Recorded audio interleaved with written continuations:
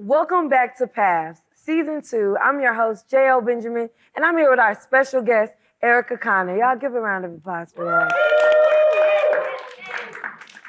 Here at Paths, we like to jump right in. Let's go. Right? How does a young Black woman from Seattle, Washington, make her way all the way to LA? Like, could you tell us about a few of those pivotal moments that got you here? Dreams, honestly, dreams. I've always been a creative person, so I always kept creative energy around me as a young girl. I was fascinated with like record players, and so I would create my own radio shows, and my cousins would be my guests. My dad was a huge film connoisseur, so I was constantly going to movies to go see Uptown Saturday Night, E.T., Raiders of the Lost Ark, Star Wars. So my palette was sort of all over the place. Yeah. And then really honestly, how I made it from Seattle to New York, then from New York to LA was I had this recurring dream. And it would freak me out because I was always leaving the house with this brown paper bag. And every time I would leave the house or go down the hill, literally it was like this bridge. I couldn't think if it was Brooklyn Bridge, if it was the Golden State Bridge. But every time I would get down to the bottom of the hill, it would be this bridge. And this woman would open up the door and she had this dog. And I said, "Can you put your dog back in the house?" She was like, "If you're going to get to the bridge, come." I said, "No, put your dog back in the house." Because when I was young, there was this German Shepherd that lived at the end of our block. Yeah. And he had like this short fence. And his dog was always barking. And a dog jumped over the fence, jumped on me. So I always been in fear of dogs. So I think in my dream, that dog was my fear. And I think finally one day I woke up, well, not woke up, finally one day I had this conversation with my mom. So she said, "Oh, so it sounds like you're afraid to jump." And hearing those words back, it was more like, "Oh, I'm gonna show her, I'm out." So it really was kind of just paying attention to my dreams and dissecting and figure out what it was. And later not knowing that that bridge did represent Brooklyn Bridge because I ended up in New York coming from Seattle before I got to LA. Wow. So yeah, BK. So also too, pay attention to dreams because dreams are just mirror reflections of whatever's happening in your life, whatever's happening that day. It may not make sense, but it really does. And you just have to pay attention to things that stand out. But I knew for me, I was like, why am I keep having this dream? So really that was probably my intuition was jump. Wow. Yeah. And I think sometimes we think we have to walk on the path, Yeah. skip on the path. But sometimes you just got to stand still, Yep. plant your feet, and take a big leap. And take a big leap. Yeah. Yep. So when you were in New York, what were some of those experiences that affirmed you were in the right space at that moment in time? When I got to New York, I very clearly remember, and let me just say this. So when I moved to New York, I moved in with a roommate who at that time was part of Digable Planet's Cool Like That. Okay. It's a very huge jazz song, hip hop, to the young people that may be more relatable to a Tribe Called Quest. So when I get to New York, he sends a car service for me. And I remember rolling the window down and just kind of breathing in New York. And it felt like, oh my God, my soul finally caught up with my spirit and who I am. This is where I'm supposed to be. Yeah. And it was almost like those fears that I had in my dream, I didn't have that fear anymore. It was like it was released. And I wanted to just like explore it all. Like I wanted to figure out like, and I really came because I was thinking that BET was in New York and it wasn't. It was in DC because my dream was I wanted to be Madeline Woods from BET. So I wanted to be in entertainment news. And I get to New York and they're like, nah, BET in DC. Only place that's here is Vibe Magazine, MTV. And I made my way, found my way to Vibe Magazine and was hired. Yeah. Yeah. What did that application process look like? Like, what were some of the things that you had to do in order to secure a job at Vibe Magazine? You know, this is going to sound odd, but this is how I know that it was all in God's steps. Yeah. And paying attention to footsteps that are in front of you. To be honest with you, there wasn't a process. It was more of I didn't have fear. Where's Vibe at? I'm going to go up there, I'm going to apply. And I find out where it's at. I get on the elevator, get off, and when that elevator went ding, it looked like boomerang. It was young Black people in the lobby, young Black people that clearly I saw myself. And I was like, I want to be here. Yeah. And it was a young Puerto Rican girl that was a receptionist. That she was like, welcome to Vibe Magazine. Can I help you? And I was like, yeah, I want to put in an application. She was like, okay, have a seat. I'm going to have someone from HR come up and they'll call you when they're ready to talk to you. Mm-hmm. And I remember sitting down in Vibe offices was like a cobalt blue and the Vibe letters were silver. And I was just sitting there looking like, I can't believe I made it here to Vibe. Like, these are articles, the magazines were on the wall. I'm like, these are the magazines and articles I was reading from Bones Malone's, Dream Hampton, Danielle Smith, Karen Good. Like, I'm here in this portal. And the HR lady comes out and says, you have a resume? And I said, yeah, I do. So she goes, okay, I'm a little confused because it says Seattle, it says Houston. What's going on here? And I said, well, I just graduated from University of Houston. I am from Seattle, but I'm also out here visiting, and I wanted to see if I could apply for a job. And she said, well, our CEO and executive of Vibe Magazine is looking for an executive assistant. Would you be interested? And I said, yeah. And I said, well, who's the CEO? Who's the executive? Quincy Jones and Keith Klingskells. And I think when Quincy came out to say hello, and he saw Seattle on my resume, and as we all know, Quincy is from Seattle, you know? Yeah. So that to me was, again, an affirmation, paying attention to my footsteps. So it was all in divine order, you know? Yeah. Oh my God. I mean, the courage that it took just to not only jump and leave Seattle and go to Houston and then come to New York, but just to walk up the Vibe. Yes. Like, that's almost like a step or a recommendation to an aspiring producer or someone who's on their way. You're thinking it's all these roadblocks and everything else, but sometimes you just got to go in person. Sometimes you just got to go in person. Sometimes you just got to jump, because I think we create our own roadblocks. Yeah. Because then it becomes a what if, you know, or, you know, I don't know, they said they're not hiring, so you don't go. Yeah. And so I think the best thing is to always be afraid, because I think fear pushes us. Yeah. You know, because you don't want to keep staying in fear. I don't know a person that is like, you know, I'm still in fear, and wants to stay there. You want to get out of that. So I think that really pushed it, you know, from there. So what got me from Vibe to LA was, again, being a movie connoisseur. There was one movie that touched me emotionally, but most importantly, up until I watched this film, I had never, ever watched film credits. Okay. And I don't think when you're young, you don't care about film credits. You're like, oh, the movie was cool. The movie was funny. It's okay. I didn't like it, right? You're not staying for those credits. And it was Boys in the Hood. And after I'm crying and angry, like, y'all shot Ricky. Oh, my God. Because it felt like these were cousins. Yeah. It was a relatable and tangible film. It was important for me to say, who did this movie? And I stayed in my seat and I watched the credits roll up, and I'm like, John Singleton, it sounds like a white guy. Like, how could he make such a film like this? Yeah. And so I carried that name with me, and knowing, like, I got to meet this guy. Mm-hmm. So now my story goes back to Madeline Woods, who was still on BET. She's next coming up with Madeline Woods. We got John Singleton. I said, oh, God, I can't turn the TV, right? And this is at the time, young folks, where after an interview on BET, they would show, like, and to get a hold of John Singleton, you could write him at New Deal Productions. You could call him. All the information was there, right? So, you know, and I guess they have Google now for that, but they don't give you direct. Nope. I wrote John. I called that office. I never got a letter back. No one ever picked up the phone. Fast forward, I'm at Vibe Magazine, and we had these things called Vibe Music Seminars. So it was always the producers, the young upcoming producers, the young Kanye's that now is Kanye that we saw that was young, you know what I mean? And I said, Quincy, why don't we have young Black filmmakers? Like, how come it's always just music producers? Yeah. And he says, go wrangle them up. And I was like, he's like, who are you thinking? I'm like, there's John Singleton, there's Maddie Rich, there's Hype Williams, there's Ted Dwitcher from Love Jones. Like, why are these people not on the panels?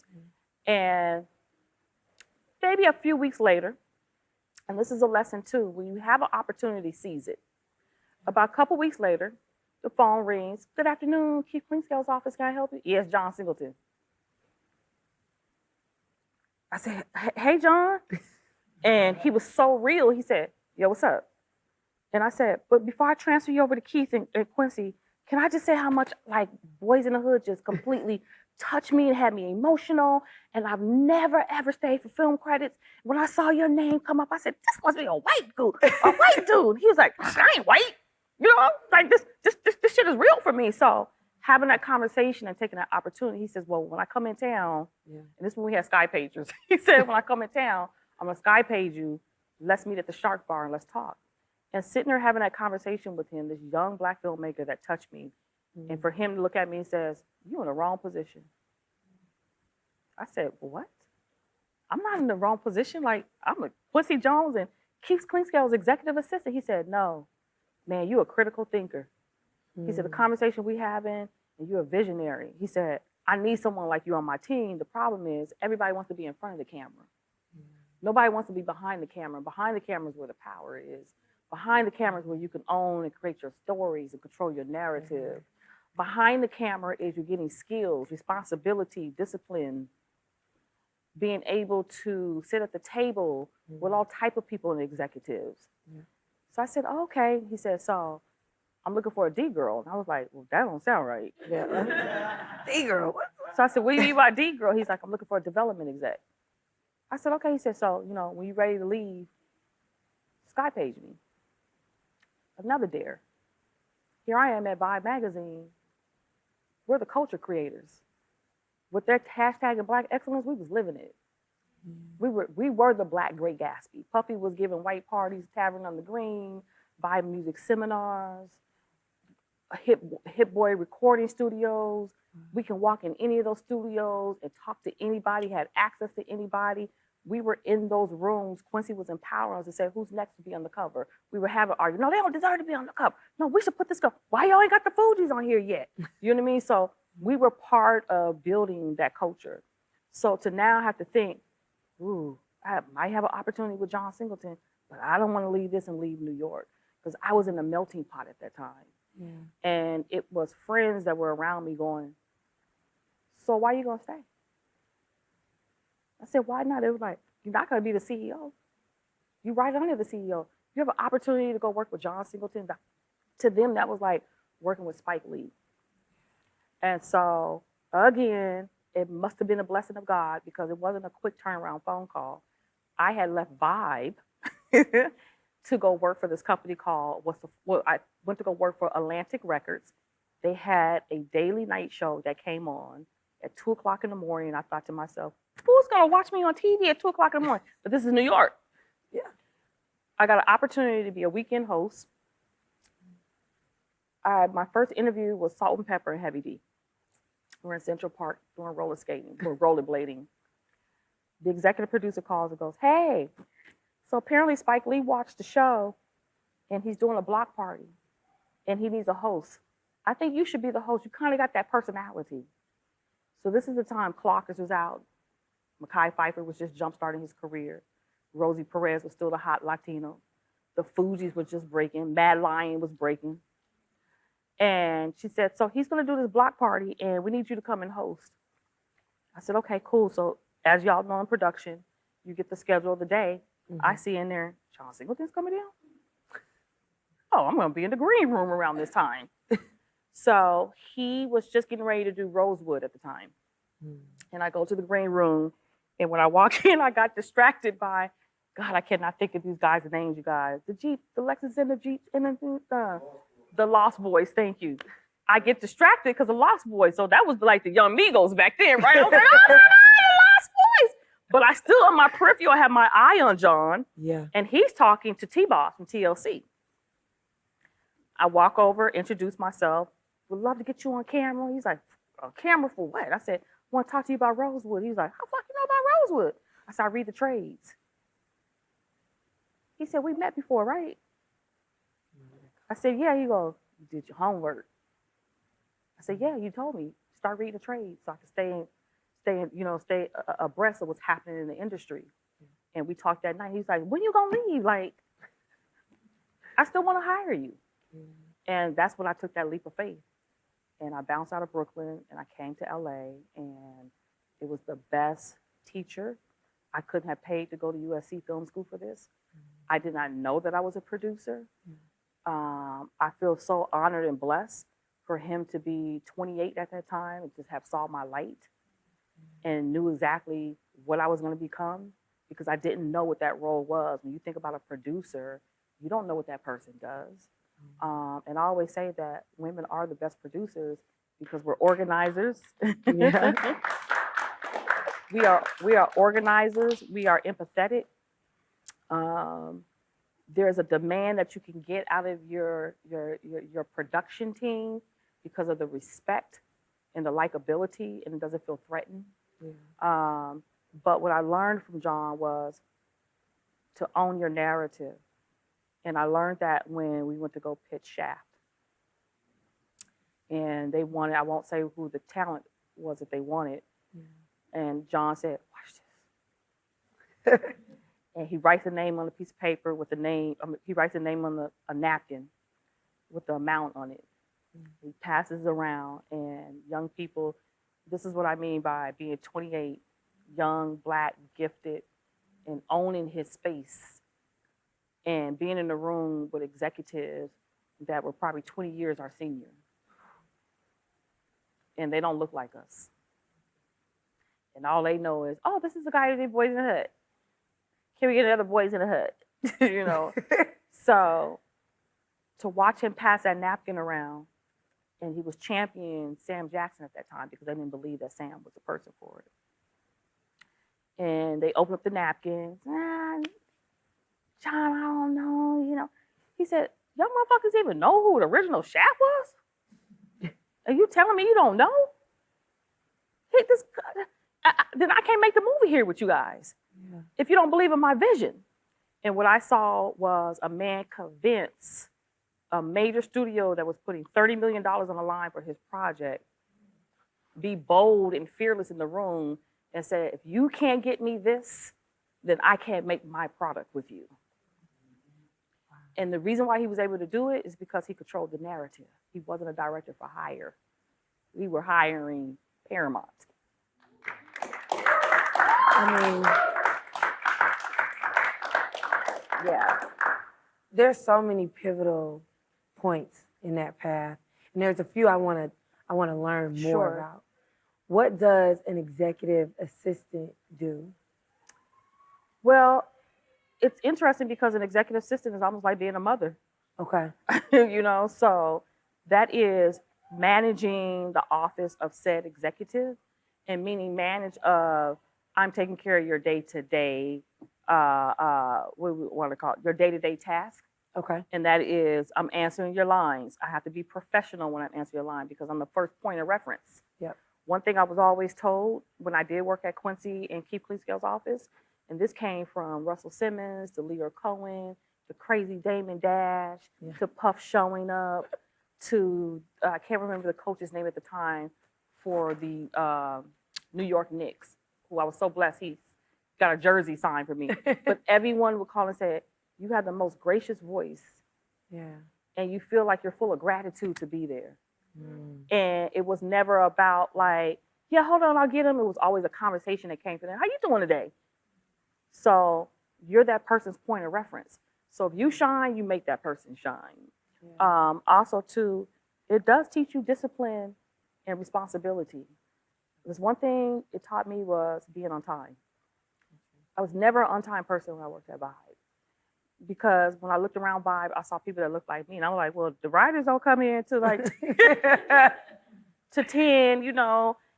Yeah. And Quincy would always say, time is valuable. But the most important thing, when you're on time, it says a lot about who you are because you're taking that moment of whatever you're doing professionally, you're taking it more seriously. Yeah. And then I think I heard you mention, so from executive assistant to being on television, late night show, right, to now coming over and becoming a development executive. Yes. What is a development executive? So a development executive, it's really interesting because it is a free thinker, it's a creative mind. Okay. And basically what you're doing, I liken it to the Avon lady. I think the kids are probably too young to understand who the Avon lady is. Yes, you pull up with the trunk. Right. And everything. So development exec is, we have a concept. Okay. Okay. Baby Boy, I'll use that as an example. Okay. John comes to me and goes, I want to do this next film, Baby Boy, because, man, we got too many young black men. Like, why are you still living with your mama? Like, when you going to take responsibility for you? And I said, okay. I said, that might be a tough one to sell, but okay, John. So now it's like, okay, well, what character are you thinking? Yeah. And at that time, Tyrese, everybody loved Tyrese because he was doing the Coca-Cola commercials. We were like, ooh, you know who you should get? Is the dude that's on the Coca-Cola commercial. Yeah. Oh. Called casting director. So Kim Harding, who was his casting director, said, Kim, this is kid that's on Coca-Cola. Find him, see if we can bring him in. So now, boom, we bring him in for an audition. He meets and greets with John, says yes to the project. So now we've attached the talent. I have my script. Now, as a development exec from that talent, I am now going to go to a studio and say, hey, I have a project that's written, directed by John Singleton. Okay, money in the bank. It's guaranteed. And then we have this newcomer, Tyrese. Don't know who he is, but he's all over the Coca-Cola commercials. Oh, marketing and branding. So now I'm packaging. That's why I said Avon lady. So now I'm packaging. Gotcha. So basically all you're doing is being creative and you're packaging a concept. And a lot of it is business because it's all about packaging. Gotcha. And then I would say probably 30% of it is being creative, but being smart and being creative with it. Gotcha. And those are some skills that I feel like even a young student today could probably benefit from. Yes. If you could recommend like 5 actionable steps that a high school student who maybe is like, hey, I want to be a development executive. I got some friends who doing TikTok and like, what would be like 5 actionable steps that you would recommend? Well, I think the 5 actionable steps were whatever that vision you see, write it out. Okay. Because a vision will lead you to the right place. Yeah. Once you have that vision out and you're clear about what that vision is, for young people, find those movies that you love. Look up those movies because it tells you what company, who's behind it, tells you who the producer is. Okay. Young people have way more access than we have now. We had to go through the yellow pages, or you had to go to, if you know who this person was now, they could pop up on your Instagram and hit you on the DM. I get that all the time. I'm like, who is this? But the young people that do that, it reminds me of me because I'm like, you took a risk. Yeah. Let me go to your page, see what you're about. All right, I'm gonna hit this person back. Then if you go, oh my God, you hit me first. So one is have that vision. Once you have that vision, start piecing together how you're going to get there. And like I said, reach out to those executives. I also think too, apply for the jobs. One thing I think young people are is they apply for a job as an assistant and tomorrow they want to be the president. You haven't got through the necessary steps. Yeah. You don't even know what it feels like to fail. Because you want to win. Those failures are going to help you win. So I think once you find that person that's already in that position and you kind of reach out and say, hey, I kind of want to follow in your footsteps. Or if you don't reach them, follow their pattern and emulate, And so in doing that, what would you say were some of those skills that, and maybe it's like personality traits that you noticed really stood out and helped you excel in that role that people, wouldn't get doing formal education, right? Maybe it was somebody's honesty, their integrity, or some of those. I think you just hit it, it's personality. Yeah. I was always told throughout this business, you have an it thing. Can't teach it, can't go get it. Yep. It's an it thing. You know how to get to talent and talk to talent. You know how to come in and talk to business side. You know how to weave the package together and sell it. That's why I said ding dong, it's Avon. If I could smell it and feel it and wear it, I believe it. Yep. So I know how to go sell it. But also I'm a storyteller. So in my storytelling, I create that picture for you. A lot of people are just business. It's A, B, C, and D. And it's like also too, don't forget the creative part. That's what makes you sort of stand out. So I think it was personality. And then what got me through the business too is that I just started, I would be in meetings and I was like, oh, that's what a turnaround means. Oh, that's what they mean by shelving. And I started emulating, but put it in my own way. So I understood it. So that was sort of kind of like my education on it. Got you. So if you could look at the camera and tell that aspiring producer who has an idea and they really want to get it to being purchased and selling their show, what would you say to them if you could talk directly to them? I would say whatever your concept is, create it so that it feels like it's your voice and your personality. Mm-hmm. And proof of concept at this current climate right now is always the best way. I came from a position where I had to be in the room. You don't have to be in the room now because proof of concept is just putting your materials out on social media and we sort of find you. Yeah.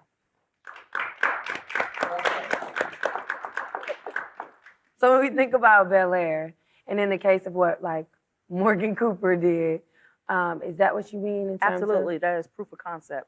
What Morgan Cooper did, he took something that was a high concept, that was highly recognized, that made the network money, that everybody knew with Fresh Prince of Bel-Air, but then it became that, what if we flipped it and he was this person? And that proof of concept, what it did was like, who's that filmmaker? That was pretty clever. So that's their standout moment. That was his standout moment. So yes, it's proof of concept. Yeah. I got a question.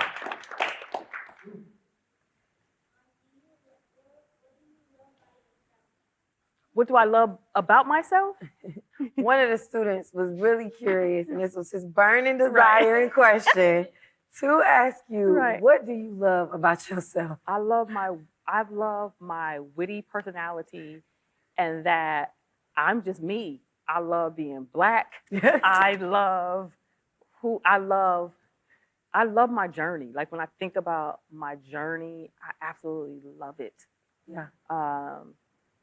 I just, it makes me almost tear up because it's like this little girl that was a dreamer in her head and it's come to fruition, you know, yeah.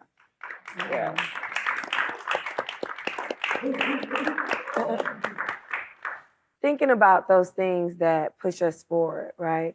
A lot of times we are only seeing the next few steps that we're going to take in our path. What does another big jump, say 5 years from now, look like for you?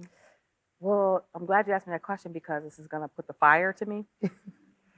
I have been very emotional these last 3 months because I feel like that I'm breaking up with myself and breaking up with the industry. And it was the weirdest thing because I'm like, why am I crying about this? Like, why am I feel so emotional? It's just business. Why are you taking it so personal? But it's personal for me because I am part of that business. I am part of that creative person. But I also feel like that I want more. And I want to be afraid again. And so the next territory that I think that I'm going to jump in is curating. And I say that because I had an opportunity to curate an Otis Redding guitar for the Sunset Art Strip.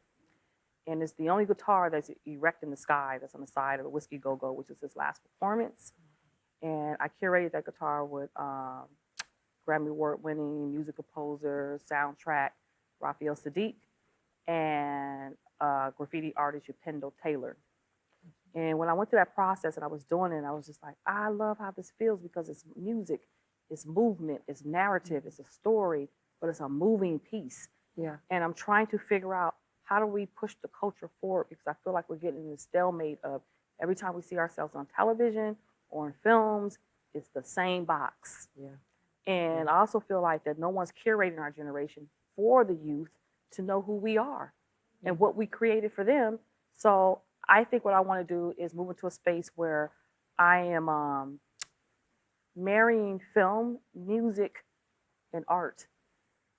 And so that there's a narrative behind it and it's an oratory experience. And so when you're going to these art galleries, you're not just looking at the art is actually coming to life and there's a story behind it, but it's also short film narrative. So I'm trying to figure this all out in my head right now. Absolutely. Yeah. When you were speaking about how John, I mean, not only was he kind to you on the phone, like, hey, you in the wrong industry, but when he saw you again, he didn't scold you for not making the jump or being like, well, you didn't call me, so, you know, opportunity window is over. Right. He still showed you and extended that opportunity, right? And then brought you into the room and let you in on where, those key pivotal points are of power on your path. Those moments where we can either fear, shy away from or feel empowered. I mean, have you ever met another John Singleton, like in your career to this day? Not at all. And you said something, empower. John empowered me. Yeah. He wasn't the traditional boss of, okay, sit down. I'm going to show you how to read a script. I'm going to show you how to pull a script apart. I'm going to show you how to go shoot it. I could walk into John's office, and beyond the fact that he was a comic book nerd, his storyboards looked like that. And his script writing process was like that. He would have these colored 3x5 cards. And I was like, what? Why do you got all this shit on your wall? What is this? Pardon me, kids. But I was like, what is this? He's, oh, come. This right here, this is baby boy. Here's why he's effed up. Because here's his flaws.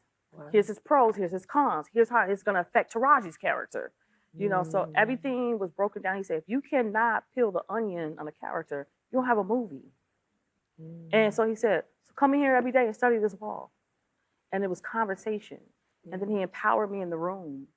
And he would always say, one thing they can't take away from you? I said, what? He said, just you being Black and your narrative. Control it. Yeah. Stop being afraid to walk in the room, So he totally empowered me.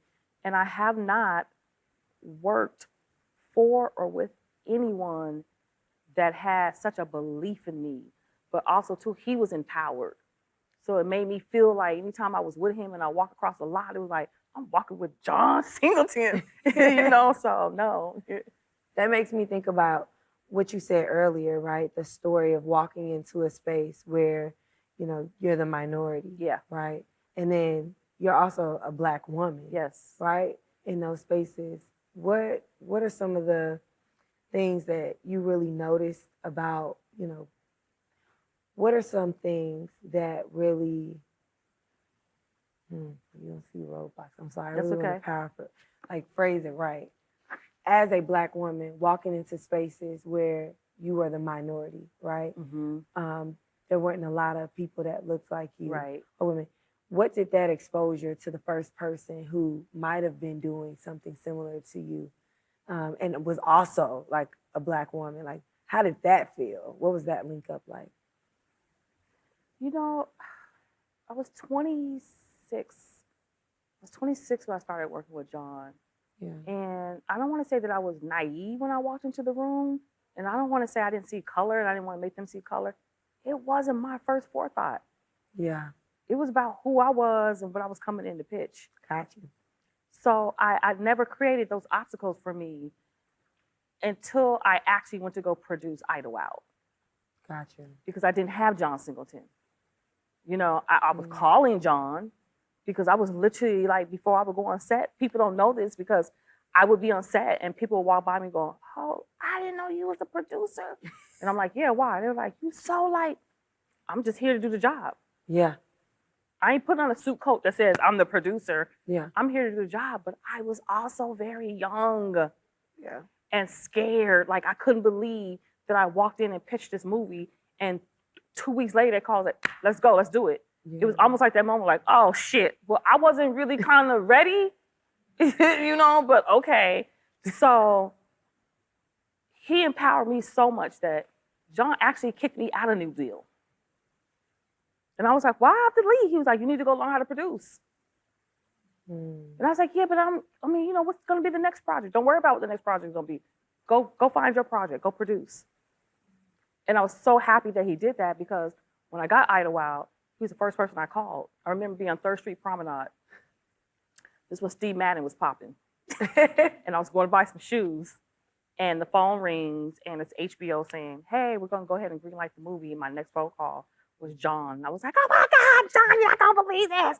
He was like, what? I was like, they just greenlit Idlewild. And he was like, you need me? I'm here. And every day before I would go to set, I would call him. And I'm like, I'm so scared. Like, I got to go. I got to put out these fires. I got to work. He was like, you producing. So, and he still was empowering me. He still was empowering me when he was doing Snowfalls. When he called and he was like, I have this script I want you to read. And at that time, I was in the middle of an NBC deal. And I said, John, I don't know. You can send it to me. No, I'm sending it to you right now. Read it right now. I'm like, okay, but I'm in the middle of this NBC. read the script right now. So it's okay. I read the script that night, and I'm like, what is this? Because Snowfall wasn't on the script. He never put his titles on the scripts. Wow. I was like, what is this?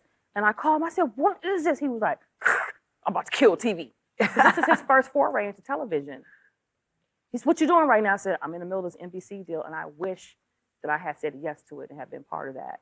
But I feel very fortunate that the tables turned a little bit, because as much as I was trusting him, he almost trusted my opinion still on his writing.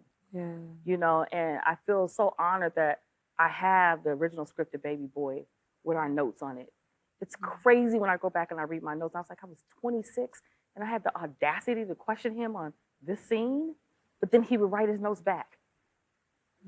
So that was sparring, you know what I mean? So I just still feel his energy. I still feel like he's pushing me and empowering me. Yeah. I mean, tongue-tied. You got giving me goosebumps. Right.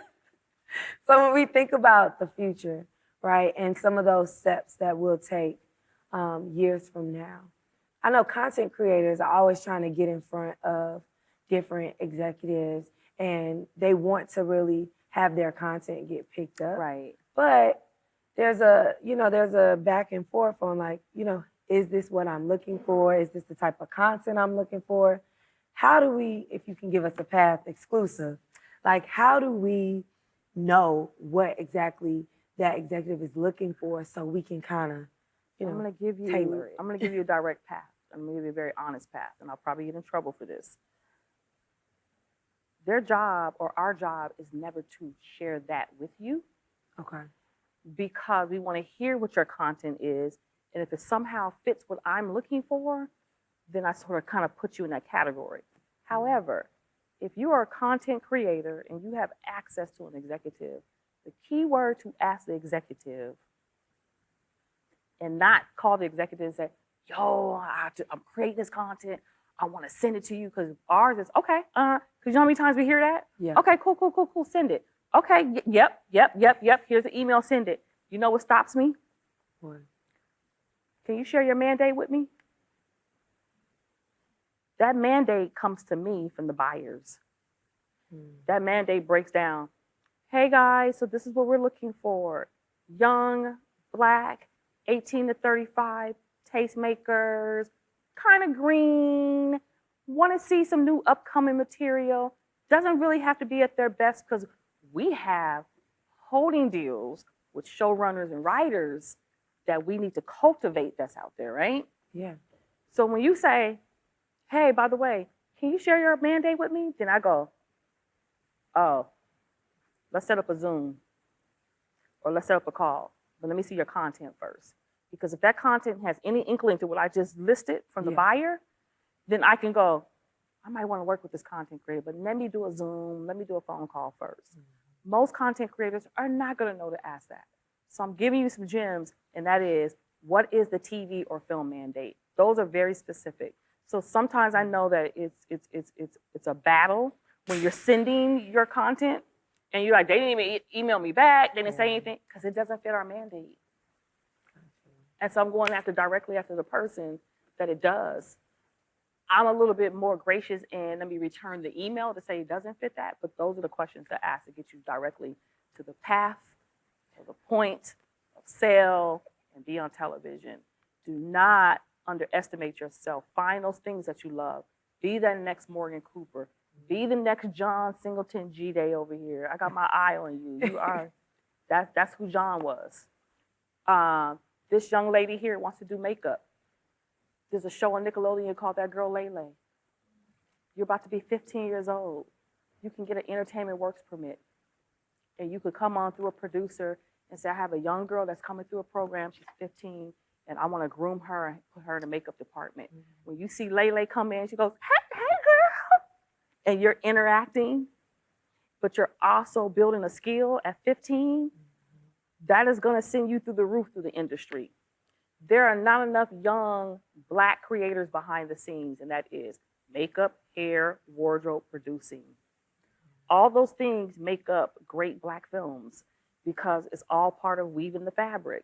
So it's just keywords. It's like when you go to HR and you submit your resume. You know, they always say the key words. We don't know what those key words are Yep. because somebody hasn't given us the direct path to the key words.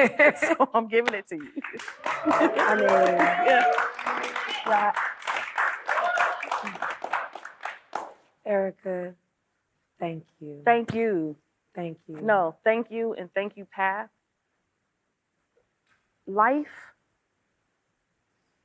is about carrying a ladder and letting that ladder down. So you let other people climb up. And there's an old song called People Make the World Go Round.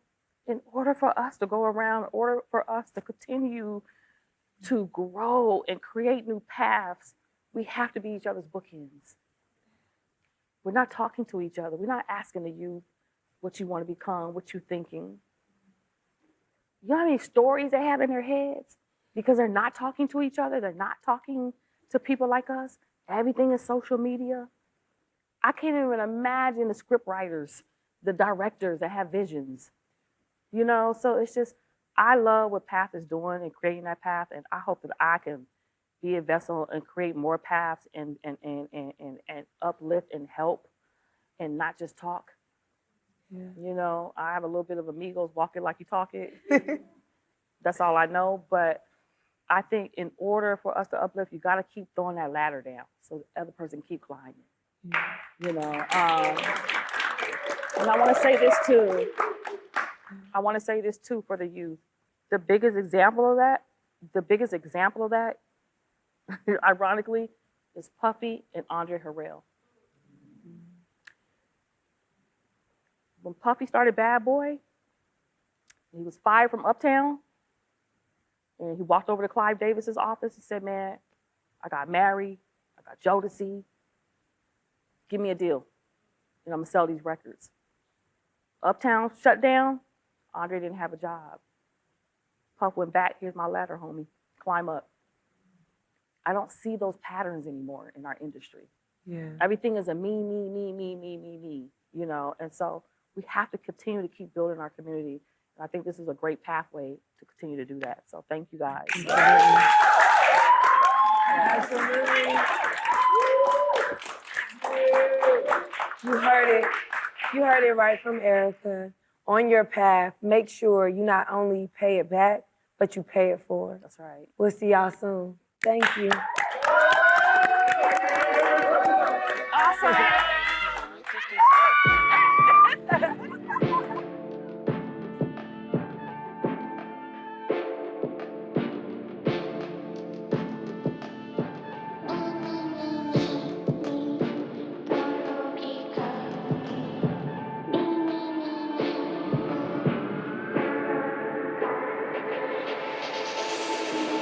Aphrodite, then discuss, her rapper messy colors. Never become business. I love Aphrodite, then discuss, her rapper messy colors. Never become business. I love it when you couscous, love it when you couscous, love it when you couscous, couscous. Love it, love it, love it, love it, love it, love it, love it, love it, love it, love it, I love it when you cook it. Love it, love it, love it, love it, love it, love it, love it, love it, love it, love it, I love it when you cook it. Love it, love, I love it, love, I love it, love, I love it when you love it, love it, love, I love it when you cook it. Love it, love, I love it, love, I love it, love, I love it, love it, love, I love it when you couscous.